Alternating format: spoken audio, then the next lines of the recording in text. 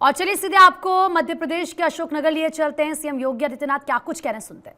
प्रकार का दायित्व मिला, उसमें कार्य का एक स्टैंडर्ड दिया देश को और उसके माध्यम से भारत की प्रगति का मार्ग कैसे आगे बढ़ना है, ऐसे श्रीमंत माधवराव सिंधिया जी का वह सानिध्य इस क्षेत्र को मिलता रहा। बहनों और भाइयों, आज आप सौभाग्यशाली हैं कि यहां पर श्रीमंत ज्योतिरादित्य सिंधिया जी के लिए वहां आपका नेतृत्व देने के लिए एक बार फिर से आपके बीच में यहां पर उपस्थित हैं। उनके पास विकास का एक विजन है और उन्होंने भारत सरकार के नागर विमानन मंत्री के रूप में जो प्रगति की अभूतपूर्व है। आप याद करिए, आजादी के पहले से लेकर के 2014 तक देश के अंदर केवल 74 एयरपोर्ट थे और उन्होंने पिछले 5 वर्ष के अंदर 150 से ऊपर यह संख्या पहुंचा दी, 150 से अधिक एयरपोर्ट। और प्रधानमंत्री जी के सपने को साकार कर दिया कि हवाई चप्पल पहनने वाला भी हवाई जहाज की यात्रा करेगा। बहनों और भाइयों, हमारा विकास का सारथी तो ऐसे ही होना चाहिए, होना चाहिए ना। और यही कारण है पूरे देश के अंदर आज जो आवाज आ रही है वह यही आवाज है, एक स्वर है। 2 चरणों का चुनाव संपन्न हुआ है। बहनों और भाइयों, मैं अब तक लगभग 9 राज्यों में भारतीय जनता पार्टी के प्रत्याशियों के समर्थन में जनसभाओं को करने के बाद आज मुझे मध्य प्रदेश भी आना पड़ा। गुना में तो मैं इसलिए भी आया हूं, भारतीय जनता पार्टी के प्रत्याशी के साथ साथ सिंधिया परिवार के साथ और उत्तर प्रदेश के विकास के लिए किए गए कार्यों को सिंधिया परिवार के द्वारा, ज्योतिरादित्य सिंधिया जी के द्वारा, राजमाता जी का जो सानिध्य था, इन सब को आगे बढ़ाने के साथ साथ उसके प्रति आपका आह्वान करने के लिए मैं आया हूं कि कैसे विकास के कार्यों को इस परिवार ने राम जन्मभूमि के मूवमेंट को आगे बढ़ाने में अपना योगदान दिया था और वही आपका आह्वान करने के लिए आया हूं। लेकिन मैं कह सकता हूं पूरे देश के अंदर जो आवाज है, 2 ही स्वर गूंज रहे हैं। एक है चारों ओर एक ही स्वर है कि फिर एक बार मोदी सरकार का एक ही स्वर गूंज रहा है। और लोगों से पूछा जाता है कि क्यों मोदी सरकार क्यों चाहिए, तो लोग कहते हैं साहब विकास भी होगा, सब कुछ होगा। लेकिन उनके मन में एक ही बात है, उत्तर दक्षिण पूरब पश्चिम लोग एक ही बात कहते हैं और कह रहे हैं जो राम को लाए हैं हम उनको लाएंगे। यह है कृतज्ञता का भाव, जो राम को लाए हैं हम उनको लाएंगे। और यह संकल्प जो देश के अंदर दिख रहा है अभूतपूर्व है। बहनों और भाइयों, आज भारत एक नया भारत है, जिस भारत का सम्मान भी है दुनिया में। भारत की सीमाएं सुरक्षित भी हुई है, आतंकवाद और नक्सलवाद नियंत्रित हुआ है। अब तो मैं इस बात को देखता हूं, 2014 के पहले आतंकी विस्फोट हुआ करते थे, नक्सली हिंसा चरम पर थी। आज नक्सलवाद और आतंकवाद को तो नियंत्रित किया ही है। अगर कहीं पर पटाखा भी जोर से फट जाए ना, तो पाकिस्तान सबसे पहले सफाई देता है कि साहब मेरा हाथ नहीं है, देता है ना, क्योंकि उसे मालूम है कि सफाई अगर समय पे नहीं दिया कहीं लेने के देने ना पड़ जाएं। क्योंकि ये नया भारत है, छेड़ता नहीं है, लेकिन अगर कोई छेड़ता है तो फिर छोड़ता भी नहीं है। बहनों और भाइयों, विकास के कार्य किस रूप में, हाईवे, रेलवे, एयरपोर्ट, यानी 10 वर्ष में उतना कार्य हो गया है जितना 75 वर्षों में नहीं हो पाया। लगातार विकास कार्य, IIT, IIM, AIIMS, 1 district 1 medical college, हर घर नल की योजना, ये सब कार्य तो हो ही रहे हैं। लेकिन बहनों और भाइयों, ये भी ध्यान रखिए, पहले लोग भूखों मरते थे, आज 80 करोड़ लोग फ्री में राशन की सुविधा का लाभ प्राप्त कर रहे हैं। पहले स्वास्थ्य सुविधा के अभाव में लोग दम तोड़ते थे क्योंकि पैसा नहीं था, कोई बीमार होता था पूरा घर तबाह हो जाता था। आज 60 करोड़ लोगों को 5 लाख रुपए की आयुष्मान भारत की सुविधा प्राप्त हो रही है। पहले देश के अंदर पैसे में कमीशन खोरी हो जाती थी और अब तो जनधन अकाउंट खोल दिए मोदी जी ने। पैसा दिल्ली या भोपाल से सीधे आपके अकाउंट में आएगा, बीच में मीडिएटर समाप्त। 50 करोड़ ऐसे गरीबों के जनधन अकाउंट खुल गए। बहनों और भाइयों, ये तो खुले ही। 12 करोड़ किसानों को किसान सम्मान निधि मिल गया। 12 करोड़ गरीबों के घर में नारी गरिमा के प्रतीक शौचालय बन गए। 10 करोड़ गरीबों को फ्री में एलपीजी के कनेक्शन भी मिल गए। करोड़ों लोगों को मकान मिल गया और मोदी जी ने कह रखा है जितने बचे हैं आप भी जाकर के बोल दीजिए कि अगले 5 वर्ष के अंदर उन सबके मकान बनेंगे। अभी से उनके फॉर्म ले लीजिए, मकान बनाने की गारंटी दे दीजिए। बहनों और भाइयों, ये जितने भी कार्य हुए हैं, ये तो मोदी जी कह रहे हैं एक शुरुआत है। अभी तो ये शुरुआत है। हमें तो आत्मनिर्भर और विकसित भारत बनाना है।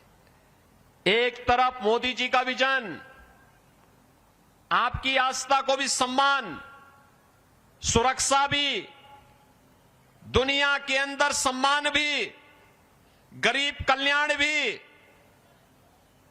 और दूसरी तरफ कांग्रेस का मैनिफेस्टो भी आपने देखा होगा।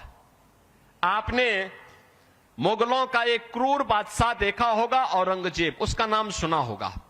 और कोई मुसलमानों में भी सभ्य मुसलमान परिवार अपने पुत्र का नाम औरंगजेब नहीं रखता।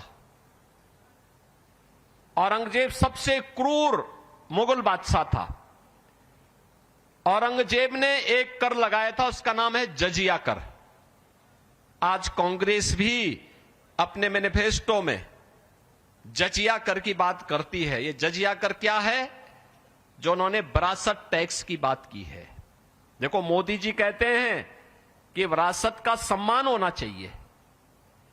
विरासत का सम्मान ही है कि हम अयोध्या में राम मंदिर के निर्माण के लिए 500 वर्षों से लगातार आंदोलन करते रहे, लाखों हिंदू उसके लिए शहीद हुआ।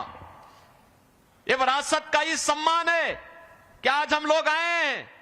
हमने सिंधिया परिवार को मेरे पीठ के द्वारा, हमारे परंपरा के द्वारा इसलिए सम्मान दिया गया क्योंकि उस समय अफगानों के हमलों को सिंधिया परिवार ने उस समय उसको धकेल करके भारत की सीमा के बाहर करने का काम किया था। हम सिंधिया परिवार को इसलिए सम्मान दे रहे हैं, राजमाता के प्रति अपार श्रद्धा का भाव इसलिए है क्योंकि राजमाता का पूरा जीवन इस समाज के लिए, इस देश के लिए था, राम जन्मभूमि के लिए था। और राम जन्मभूमि के मूवमेंट को जीरो से शिखर तक पहुंचाने में उन्होंने अपना पूरा योगदान दिया था। और इसलिए हम श्रद्धा के सम्मान, विरासत का ही सम्मान है। यही है विरासत का सम्मान। और बहनों और भाइयों, एक तरफ मोदी जी कहते हैं कि गुलामी के अंशों को समाप्त करेंगे लेकिन विरासत का सम्मान करेंगे, और दूसरी तरफ कांग्रेस क्या कहती है अपने मैनिफेस्टो में? कहती है हम विरासत टैक्स लगाएंगे। विरासत टैक्स का मतलब, इन चीजों को तो आप भूल ही जाइए कि आगे कोई राम मंदिर की बात करेगा, कांग्रेस के समय में कृष्ण जन्मभूमि की बात करेगा, या महाराज भोज के मंदिर की बात करेगा, भोजराज के मंदिर की बात करेगा। ये सब की बात तो लोग कांग्रेस के समय तो भूल ही जाइए।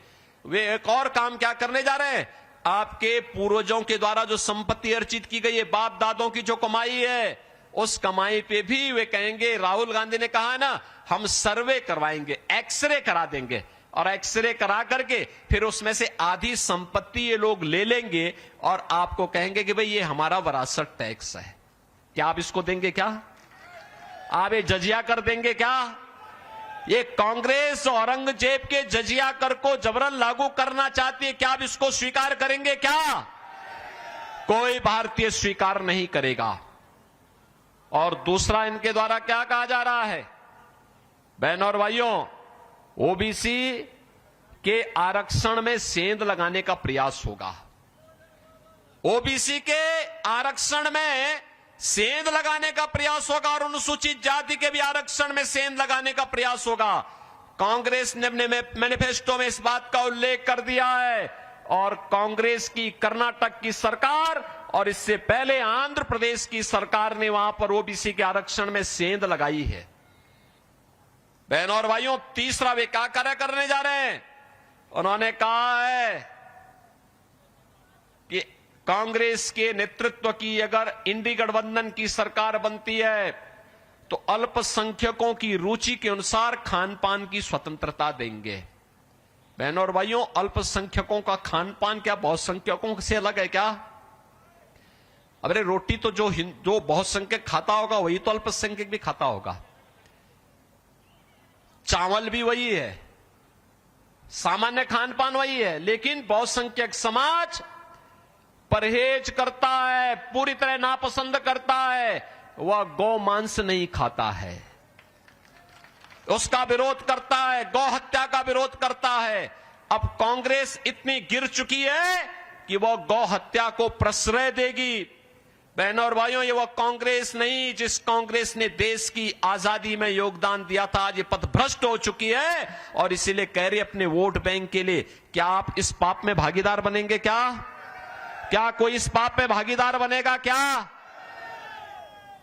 इस पाप में राम और कृष्ण की धरती पर क्या गौ हत्या होगी? क्या? और बहनों और भाइयों, इसीलिए मैं आपसे कहने के लिए आया हूं कि हम इस पाप में कतई भागीदार न बने। और इसी के लिए आज मुझे अशोकनगर में भी आना पड़ा है। अशोकनगर में इसी बात को लेकर के कि हमें विकास की प्रक्रिया के साथ तेजी के साथ आगे बढ़ना है और पूरे देश की आवाज के साथ गुना संसदीय क्षेत्र को अपनी समृद्ध परंपराओं को आगे बढ़ाते हुए एक लंबे समय तक जिस विरासत के प्रति सम्मान का भाव आपके मन में है, उस सम्मान के भाव को बरकरार रखते हुए हमें नए भारत के लिए, आत्मनिर्भर भारत के लिए, विकसित भारत के लिए मोदी जी के नेतृत्व में आज पूरे देश के अंदर की जो आवाज है उस आवाज के साथ आगे बढ़ना होगा। और मुझे पूरा विश्वास है बहनों और भाइयों, हम लोगों ने तो यूपी में पहले ही आश्वस्त कर दिया है। 80 लोकसभा सीट हैं, 80 की 80 लोकसभा सीटों में 80 मनकों की माला मोदी जी के गले में उत्तर प्रदेश डालने को तैयार है।